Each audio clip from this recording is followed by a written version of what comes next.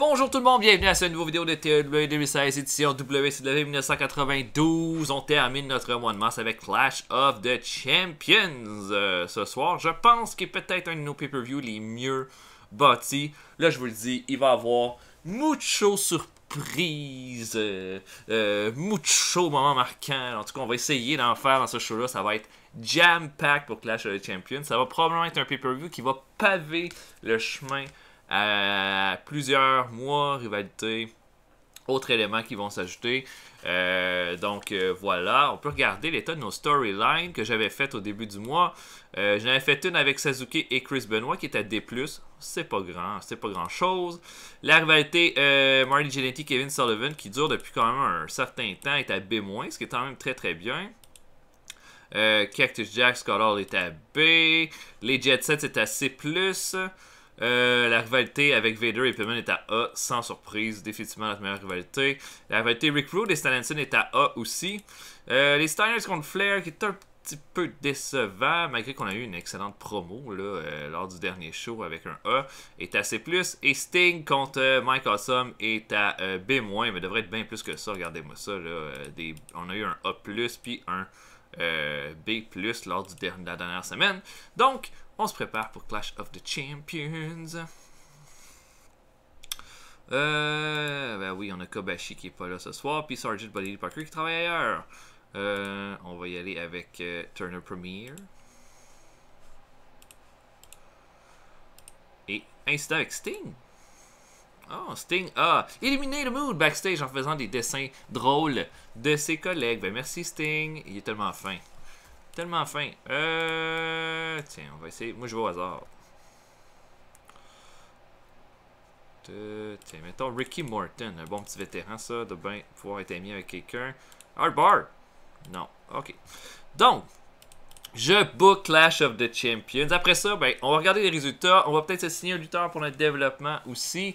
Et puis, ben, pour le reste, on verra un petit peu plus tard. À tantôt tout le monde. Ok, on commence Clash of the Champions en pre-show alors que La Parka s'en prend à Dick le Bruiser Jr. Vous vous doutez un petit peu, là, je fais pas mal tout le temps ça. Ceux que je mets en pre-show de mes pay-per-view, c'est généralement des gens que je vais utiliser en main card lors du mois suivant. Donc La Parka, ça va faire quelques mois qu'on l'a. Et je pense qu'on pourrait utiliser là, le prochain mois pour essayer de le mettre un petit peu plus over en lui donnant une bonne petite rivalité. Je sais pas dans quel contexte encore, mais ça risque d'être dans un contexte cruiserweight évidemment. Il affronte Dick le Bruiser Jr., un gros gars, et va le battre avec son Skull Bomb à 8 minutes 39. Performance de D+ pour La Parka, de D pour Dick le Bruiser. Donc correct pour commencer. Je pense que La Parka a beaucoup de potentiel. On voit là, il y a du charisme, star quality, un bon moral. Aussi bien en profiter. Je pense qu'il y a beaucoup de chances de faire de quoi d'intéressant avec lui. Donc, il l'emporte ici. On a ensuite un combat entre Tracy Smothers et Ultimo Dragon. Smothers a pas mal fait dans le tournoi pour Young Lion ce mois-ci. Donc, je pense qu'on pourrait essayer de trouver quelque chose pour lui à partir du mois prochain, quitte à ce que ce soit juste quelque chose pour mettre en avant un autre talent. Smothers va l'emporter avec son Jawjacker à 8 minutes 1 sur Ultimo Dragon. Performance de C- pour Smothers, ce qui est pas mauvais. Ensuite, Norman le Lunatic affronte Marcus Bagwell. Ça fait des mois qu'on ne s'est pas servi de Norman le Lunatic. Puis je pense que je l'avais dit, il a toujours fait un bon boulot. On va essayer de trouver quelque chose. Il a toujours été en mesure de donner une petite de 3 ou 4 rivalités. L'année passée, on lui a donné peut-être 3 ou 4 matchs de pay-per-view. On va essayer d'en donner un autre. C'est un excellent talent pour mettre les autres en avant-plan. Donc, il va l'emporter sur Marcus Bagwell avec un running splash à 7 minutes 31. Des performances de D pour Bagwell, ce qui est quand même vraiment pas mauvais. Et dernier combat de pre-show. Dean Malenko affronte Ricky Nelson de notre développement. Malenko va le battre avec un Texas Glory à 8 minutes 22. Je pense que oui, Malenko c'en est un qu'il faudrait essayer de trouver une place à peu près tous les mois. On n'y en a pas trouvé une le mois passé, mais je me donne comme mission de lui en trouver une là, pour le prochain pay-per-view. Malenko et Nelson améliorent leur performance skill avec ce combat-là. Et on commence le pay-per-view avec le gros combat par équipe. Les Steiner Brothers affrontent Ric Flair et Sid Vicious. Combat qu'on a bien monté là, durant tout le mois. Et bing, bang, boom. Alors que les Steiner Brothers n'ont rien gagné depuis le début de l'année. Ils vont aller chercher une victoire longtemps méritée. Alors que Scott Steiner va faire un Steinerizer à Sid Vicious pour aller chercher la victoire. Grosse victoire pour les Steiner Brothers. On ne sait pas le temps qu'il leur reste nécessairement. à la WCW, parce que je pense que j'ai dit au dernier épisode, Rick Steiner a peut-être 3 mois encore, puis je vais pas le re-signer. Il faut que j'allège un peu le roster de gros noms. Donc, Rick Steiner, que j'ai rien trouvé d'intéressant pour lui depuis le début de la partie, ne sera pas signé. Mais on commence avec un bon B. Ça nous fait un strong start notre pay-per-view. Les Steiner vont chercher une grosse victoire. Tout le monde est content. Ric Flair a même pas chialé pour cette victoire, pour cette défaite-là. Vraiment très très bon. Et là, on se prépare pour le le combat des Rhodes Brothers contre Simply Superior. Et Dusty et Dustin Rhodes se font attaquer durant leur entrée, mais ils sont pas tout seuls. Brian Lawler, pour une raison X, s'est ajouté au beatdown. Et puis commence de ces 3 contre 2. Les Rhodes peuvent pas faire grand chose. Et là, l'arbitre comprend rien. Mais Barry Windham va arriver pour venir rendre les forces plus égales. Et puis l'arbitre en a rien à foutre, décide de commencer le combat. Et on a un 6-man tag. Donc moi je voulais mettre Brian Lawler dans le lot. Je me suis dit que Simply Superior me semble qu'il cadre bien. Puis j'avais rien pour Barry Windham. Donc voilà, on a un 6-man tag. Et un excellent 6-man tag. Barry Windham et la Rhodes Family affrontent Lawler et Simply Superior. Excellent combat. Regardez Lawler, une performance de C-, c'est quand même bien. Il est prêt, ce gars-là. Ce gars-là est prêt. Et la meilleure performance revient à Dusty Rhodes avec un B. Quand même, encore capable d'en donner. Et vous dirait qu'on a bien utilisé ses forces en le mettant dans un combat en 6-man tag. Dustin Rhodes, c'est plus, Barry Windham, B-. Un bon match. Et qui d'autre que Dusty Rhodes, la légende, qui va faire faire le pin sur Brian Lawler après lui avoir donné un Bionic Elbow. Les faces l'emportent, tout le monde est content. Bobby Eaton améliore son flying skill et Buddy Landel son performance skill. Bon match, honnêtement. Je m'attendais peut-être à un... Tu sais, comme il aurait pu avoir ça, aurait pu être un C ou un C+, j'aurais été content, mais un B, c'est vraiment au-dessus de mes attentes. Donc, je suis très, très, très content. Excellent résultat. Art Barr affronte Jeff Jarrett pour le Young Lion Championship. Et Jeff Jarrett va aller chercher sa plus importante victoire en solo, alors qu'il va l'emporter sur Art Barr avec un pile driver à 14 minutes 15. Les deux ont fait des performances de C. Art Barr voulait pas perdre contre Jeff Jarrett, donc il a fallu que je fasse un keep strong et ça l'a vraiment baissé la note de ce combat-là. Je pense qu'on aurait eu un C+. En tous les cas, Jeff Jarrett devient donc notre Young Lion Champion. Il prend le titre que Owen Hart avait l'an passé. Je pense que si on se fie à ce que Owen Hart, la progression qu'il y a eu sur une année avec Jeff Jarrett, on peut s'attendre à encore mieux. Donc voilà, belle victoire. On a une promo de Cactus Jack et de Scott Hall. Scott Hall dit que Cactus Jack a été avec les Horsemen depuis des mois maintenant, qui a été vraiment, vraiment bien. Puis après le match de ce soir, il va y avoir beaucoup de décisions qui vont pouvoir être prises. Cactus Jack est juste content. Là. Il est content comme une petite collégienne. Là. Et il a vraiment, vraiment, vraiment hâte à son combat. B-, excellent promo. Le Wild Bunch affronte les Dynamite Bros. Une rivalité qu'on a quand même bien montée durant pas mal tout le mois. Ça faisait un bout de temps que j'avais pas utilisé le Wild Bunch dans un pay-per-view aussi. Les Dynamite Bros vont continuer sur leur lancée d'être des connards et vont l'emporter avec alors que Ace va faire un Ace Crusher sur Joel Deaton pour la victoire dans un bon combat de C+. Bien content là, du résultat que ça a donné. Les deux meilleures performances reviennent à Billy Black et Shane Douglas. 6-man tag, là, j'ai hâte. Ricky Steamboat Luger et Ron Simmons affrontent la York Foundation de Michael Wall Street, Vinny Vegas et Mr. Hughes. Gros combat, donc un bon B. Ça, c'est vraiment bien. Des performances, bon, D+, pour Mr. Hughes, ça vaut rien. Mais Vinny Vegas a fait un C-, B- pour Wall Street. B pour Steamboat, les deux autres ont fait B-. Sauf que, alors que l'équipe de Steamboat pense avoir la victoire et que Luger pense avoir la victoire sur Wall Street, Diamond Dallas Page va arriver de la foule et va faire un Diamond Cutter à Lex Luger. Michael Wall Street va prendre Luger, va lui faire un Stock Market Crash et va faire le pin sur Luger pour l'emporter. La York Foundation vont chercher une grosse victoire. Et là, après le combat, Steamboat et Simmons essaient d'aller voir Luger, mais Luger est furieux. Va repousser Steamboat tellement fort qu'il va tomber en bas du ring. Simmons va lui dire qu'est-ce que tu es en train de faire là. Et Luger va lui faire un low blow, un coup de pied dans les couilles. Et va ensuite l'enfermer dans un torture rack jusqu'à temps qu'il perde connaissance. Luger fait officiellement un heel turn.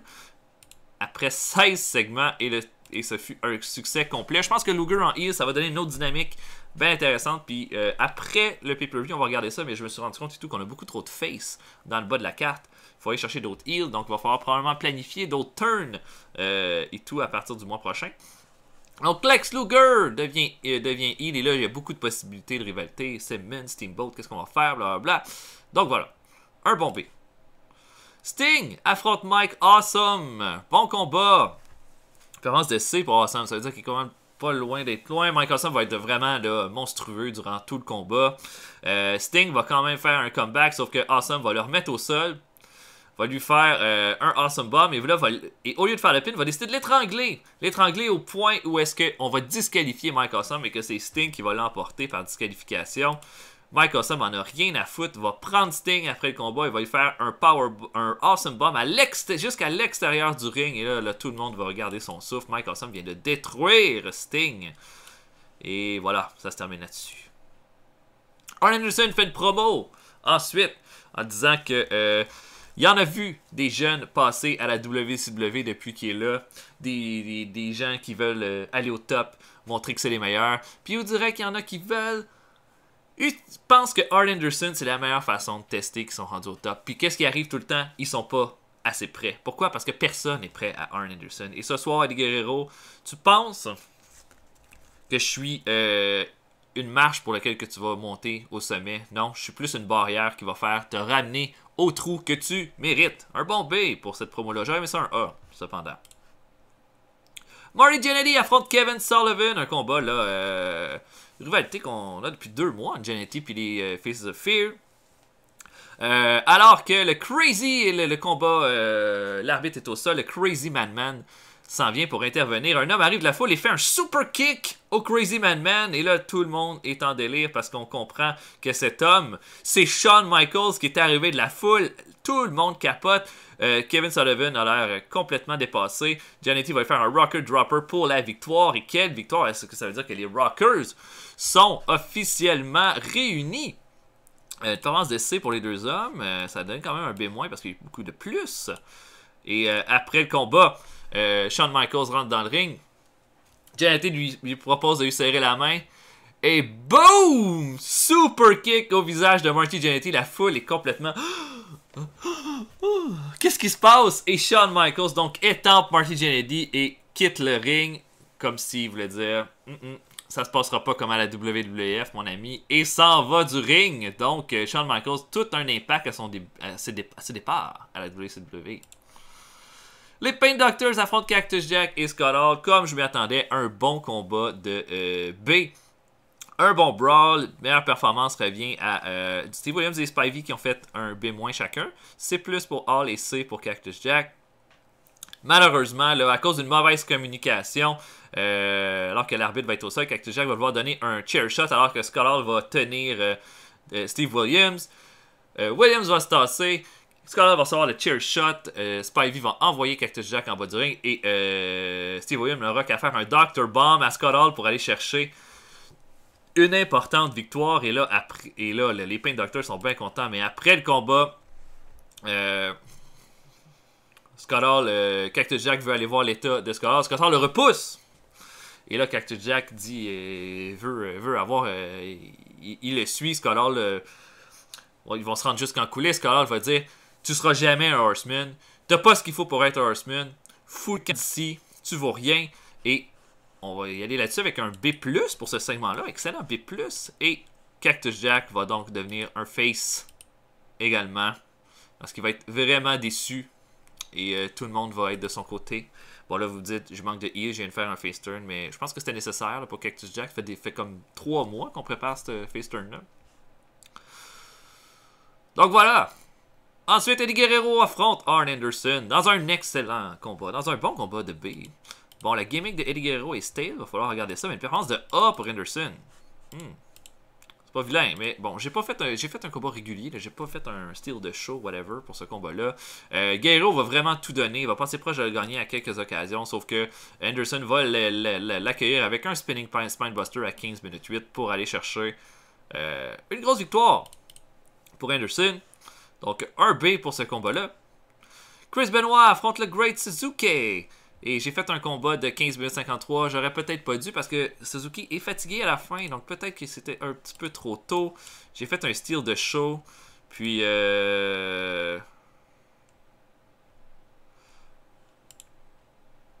voilà. Suzuki était pas prête à la pression de faire un style de show. Mais Benoit a vraiment été bon en étant all out. En tous les cas, Chris Benoit va l'emporter clean à 15 minutes 53 pour devenir le nouveau champion Cruiserweight. Je pense que Suzuki a un bon règne. Rien ne dit qu'on va pas lui en redonner un après, mais on voulait lui donner un règne pour le monter dans la carte. Puis je pense que c'est exactement ça qui est arrivé. Suzuki est rendu un bon élément du roster. Benoit, je pense que lui en avait plus besoin en ce moment. Benoit devient le champion Cruiserweight. Et on va voir là, par la suite qu'est-ce que ce sera ses rivalités. Chris Benoit meilleur son performance skill. C'est lui qui a donné tout la meilleure performance du show là, avec un C+. Donc voilà, un nouveau champion, notre premier nouveau champion ce soir. Et maintenant, championnat par équipe. Oh là là! B+, les Art Warriors affrontent les Edge Shrinkers et le Lightning Express. Sans surprise, un excellent combat, mais B+, là, ça c'est vraiment, vraiment bien. Des belles performances pour Liger, Samu, Fatou et Brad Armstrong qui ont donné des B chacun. Tim Warner C-, Owen Hart C+. En fait, en même temps, c'est trois équipes ils ont une excellente chimie ensemble. Fait que je pense que c'était juste une bonne décision de les mettre ensemble. Les Art Warriors vont garder leur titre cependant, alors que Owen Hart va surprendre Tim Warner avec un Tombstone Pile Driver pour une 8e défense de titre. C'est pas rien. Et voilà, donc ben aimé, j'ai aimé cette rivalité-là. Elle a permis de ramener les Edge Shrinkers comme contender, mais de façon logique avec la rivalité qu'il y avait avec le Lightning Express. Donc voilà, un excellent combat. Et on a toujours nos mêmes champions. Stellanson parle contre Rick Rude en disant que ce soir, il va tabasser une chochotte. Quelqu'un qui pense que c'est un ladies man, mais c'est surtout plus une ladies. Quand il va attraper Rick Rude, il va lui donner 3-4 taloches par la tête, prendre son titre, retourner chez lui, et on va arrêter d'entendre Rick Rude à toutes les semaines. Une excellente promo de A pour Stellanson, lui c'est une habitude. Lord Steven Regal affronte Larry Zbyszko pour le titre télé. Un excellent combat de B entre les deux. Regal avait déjà battu Zbyszko l'année passée. Fait que je savais qu'en mettant cette rivalité-là contre Zbyszko, j'aurais pas peur que Zbyszko dise qu'il voulait pas perdre. Regal va l'emporter clean avec son Regal Stretch à 13 minutes 42 pour garder son titre télé. Une grosse victoire pour Steven Regal. Évidemment, non, il va pas gagner clean. Il va gagner à cause d'une intervention de David Taylor et de Dave Taylor qui vont faire un switcheroo, là. Et un bon B. Voilà. Donc. Et Stellanson affronte Rick Rude dans un combat de B. Ce combat-là aurait dû faire un A. Mais vous savez quoi? Rick Rude m'a fait un peu chier parce qu'il refuse. Il a refusé de perdre contre Stellanson. Là, je fais waouh, faut quand même vraiment pas être gêné. Fait qu'il fallait que je fasse un keep strong à Rick Rude, mais que je protège Rick Rude en même temps. Ça a baissé la note du combat. Les deux sont bons pour faire un slow building, mais Stellanson va remporter le titre des États-Unis après. Là. Je pense que c'était long overdue que Hanson gagne un titre à la WCW avec tout le beau travail qu'il a fait. Performance de A pour Rude, de B pour Stellanson. Évidemment, ça aurait dû donner soit un B+, ou un A. Hanson devient le nouveau champion des États-Unis. Rick Rude a fait un excellent travail, mais voilà. Ça va prendre autre chose. Et donc Hanson, un autre titre qui change de main ce soir. Est-ce qu'on va en avoir un troisième avec Brian Pillman et Big Van Vader? On verra plus tard. Steve Austin affronte Jeffrey King. Un combat plus convaincant là, que leur premier affrontement qu'on avait fait dans ce combat-là. Jeffrey King va essayer de sauver pas mal la majorité du temps, mais Austin va tout le temps finir par le rattraper. King va reprendre le dessus durant une partie du combat. Et Steve Austin va surprendre Jeffrey King avec un stun gun à 13 minutes 41 pour la victoire. Jeffrey King va améliorer sa technique et son performance skill. Est-ce que c'est fini? On verra. C'est pas une rivalité que j'ai tant travaillé que ça à la fin des Jet Sets, mais Austin, c'est certain qu'on va avoir de quoi d'important pour lui dans le futur. Et voilà. Comment ça? Ah oui, on change la gimmick de Steve Austin. Oh, very good. Excellent. Brian Pillman fait une promo en disant que ce soir, il s'affronte dans un street fight. Ça veut dire que personne ne peut intervenir. Que ça va être lui. Ce ne sera pas un arbitre qui va décider quand ça va se terminer. Que c'est lui qui va décider quand ça va se terminer. Et puis que il il va montrer, même s'il gagne pas ce soir, il va tout donner. Puis il va toujours se relever chaque fois qu'ils vont s'affronter. Et voilà, on est prêt. Un A+, ça veut dire que tu peux pas avoir plus haut que ça en termes de notes. Et Vader et Pillman donnent un autre A, sans surprise, dans un Street Fight match. Sauf que voilà, cette fois-ci, on n'a pas de gagnant. Je vais vous expliquer un peu. Là, ils vont complètement se détruire. Évidemment, comme la dernière fois, Vader va détruire Pillman, mais Pillman va toujours se relever, il va faire des gros comebacks. Et puis là, il va avoir un spot avec une table en bas du ring. Le Vader va... En fait, non, ça va pas être... Oui, c'est une table en bas du ring. Vader va amener Pillman sur le ring apron. Il va vouloir faire son Vader Bomb du ring apron jusqu'à travers la table. Sauf que dans les airs, Pillman va faire un Hurricanrana. Et là, Pillman et Vader vont traverser la table. Là, il n'y a rien d'autre qu'on peut faire. On peut juste attendre. Sauf que Arnold Schwarzenegger va rentrer dans le ring. Il en a assez. Il a peur que ces deux grosses vedettes se blessent. Et il va arrêter le combat et va faire un draw. Et on va arrêter ça comme ça. Et voilà, ça a été un bon match de 16 minutes 49. Je sais pas si c'est leur meilleur combat qu'ils ont fait ensemble. Bon, Pillman dit que en mettant dans des combats de brawl, on n'utilise pas ses forces, mais c'est pas grave ça. Un A pour Clash of the Champions. Bon pay-per-view. Si on regarde ça, j'ai pas eu de déception tant que ça. Bon, une de mes déceptions, ça a été Henson contre Rude, parce que je pensais que Rude voudrait pas refuser de perdre contre Henson, mais il a refusé. Ça a quand même donné un B, mais c'était pas assez pour moi. Surprise, les Heart Warriors contre les Shrinkers et Lightning Express. Excellent combat. Surpris par le segment Scott Cactus Jack. Bien aimé. Le Six-Man Tag, Windham, Rhodes, Dusty Rhodes contre Lawler et Simply Superior. Bien aimé ce combat-là. Puis pour le reste, ben, je pense qu'on a plein de bons storylines. Arrivée de Diamond Dallas Page pendant le pay-per-view. Arrivée de Shawn Michaels. Heel turn de Lex Luger. Je pense qu'il y a des bons éléments là, à travailler par la suite. Sinon, ben, peut-être que j'aurais aimé ça qu'Anderson contre Eddie Guerrero fasse plus qu'un B, mais pour le reste, là, je pense que j'ai pas à me plaindre de rien. Bon, si j'avais à faire un speech, Vader a fait une performance de A. Je peux pas souligner ça. Ric Flair a fait un A+, mais je pense que Ric Flair a eu beaucoup d'opportunités, là,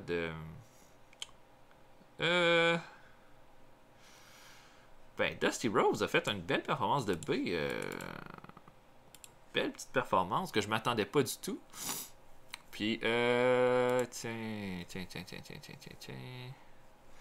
Qui d'autre je pourrais mettre? Bon, Rick Rude devrait être content, là. Je pense pas qu'il va être... je sais pas. Qui d'autre? Bon, Shawn Michaels m'a donné comme des bons segments. You're awesome! Bon. Vader était...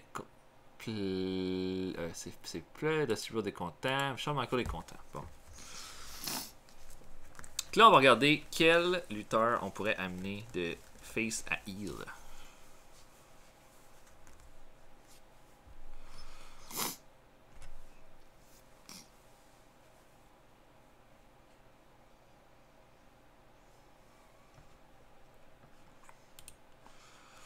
Bon. Oh! SWS. On est en train de perdre leur support financier. Oh là là. Et eux autres, c'est une... ils ont quelques gros noms là-dedans, là. Ah ben. Je regarde, y a-t-il d'autres gros shows? Oh, c'était WrestleMania qui a fait juste un B. Ultimate Warrior a battu Sergeant Slaughter pour garder son titre. Undertaker a battu Dino Bravo. La Legion of Doom a battu les Nasty Boys pour garder les titres. Texas Tornado a battu le Big Boss Man. Savage a battu Tully Blanchard. Le Monty et le Bulldog ont battu Demolition. Ça a l'air d'être pas si pire, par exemple. Paul Roma a battu Jim Powers. Coco Beware, All Burke. Strike Force ont battu le Orient Express.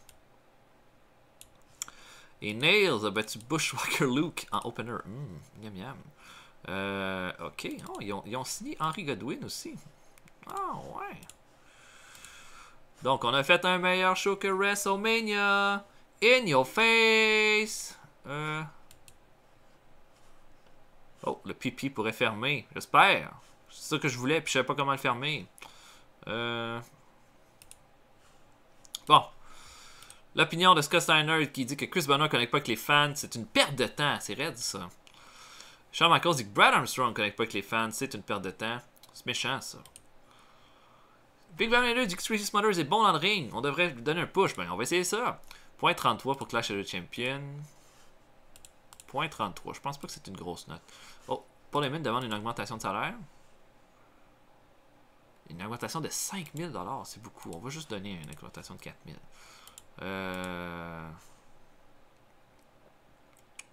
Qu'est-ce que je vais faire? Je sais plus.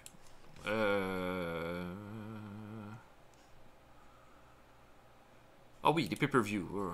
Excusez-moi, j'étais dans la lune. Donc, point 33. Je pense pas que c'est énorme. Ben, 33, on a fait la même chose avec King of Cable. King of Cable était bon, mais il a fait moins qu'un gars, un Super Brawl. C'est sûr que nos Clash of the Champions, c'est dormant puis c'est normal. Le prochain, ça va être Uncensored, qui est un normal aussi. Bon, il y en a qui doivent pas être contents, là, on sait pas pourquoi. Bon, Michael Hayes n'est pas content, il est pas au pay-per-view. Il sera plus au pay-per-view. Ah oui, je voulais voir combien de temps il me reste avec Rick Steiner. 3 mois, exactement. Bon. Pour essayer de faire de quoi avec les 3 mois qui nous restent. Bon, ensuite... Qu'est-ce que... oui, Eddie Guerrero avait une gimmick qui commençait à être stale. C'est quoi? C'est Old School Face. Bon, ben, on va essayer de trouver une autre gimmick.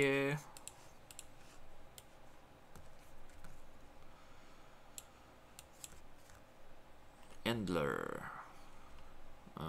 Happy Go Lucky. Hero Hillbilly Hippie. Non. Journaliste. Chevalier. Legitimate Athlete. Non. Local Jobber. Non, merci. Loyalist. Luchador. Non, c'est moins seulement. On pourrait le mettre en Lumberjack. Il y aurait déjà plus de chances que ça marche. En magicien, ouais! Eddie Guerrero, le magicien. Ah, bon. Ah oui, je voulais ajouter quelqu'un possiblement dans mon développement. On était dans les GU, on va aller dans les GU.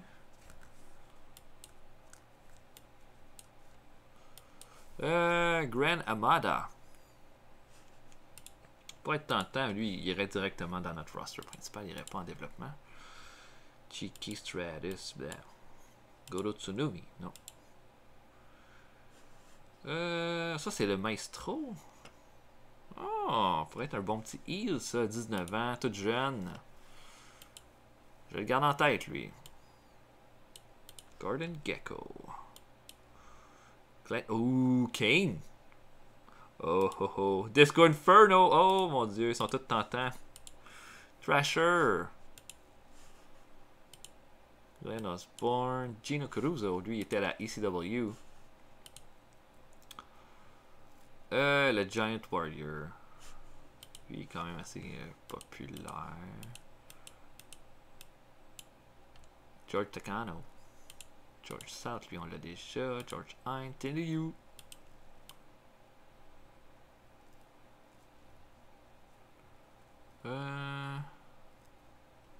Gino Curran, Gene Kiniski, non. Gene Anderson. Gary Wolf, ça serait les Pitbull, mais ça serait entre Disco Inferno puis Glenn Jacob. Mais j'avoue que Disco Inferno, je l'aime beaucoup. Et Jacob, c'est tout. Ah, pas facile. Regardez les combats qu'ils ont fait dernièrement. C'est un C- quand même. Ah, on l'avait fait venir un Power Hour. Ok. Il fait du D. Lui, il a lutté un petit peu au Japon. Glenn Bully, on l'a fait venir et tout. Il a fait un D-, mais il fait du E. Ok, il a lutté presque. Il a lutté genre 2 fois.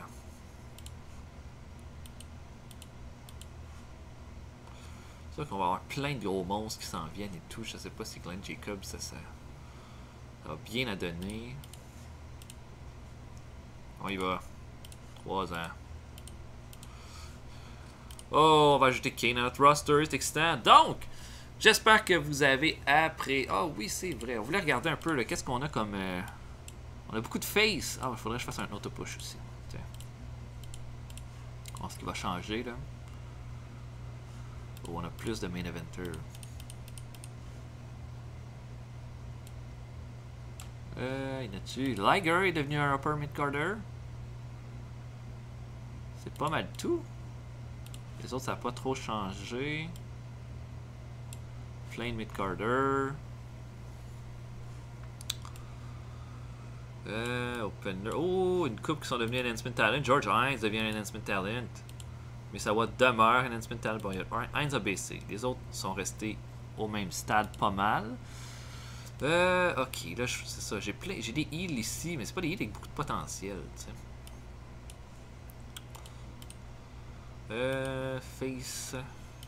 Face. Au moins un lutteur qui deviendrait de face à heal pourrait me permettre un peu là, de. Essaye de voir.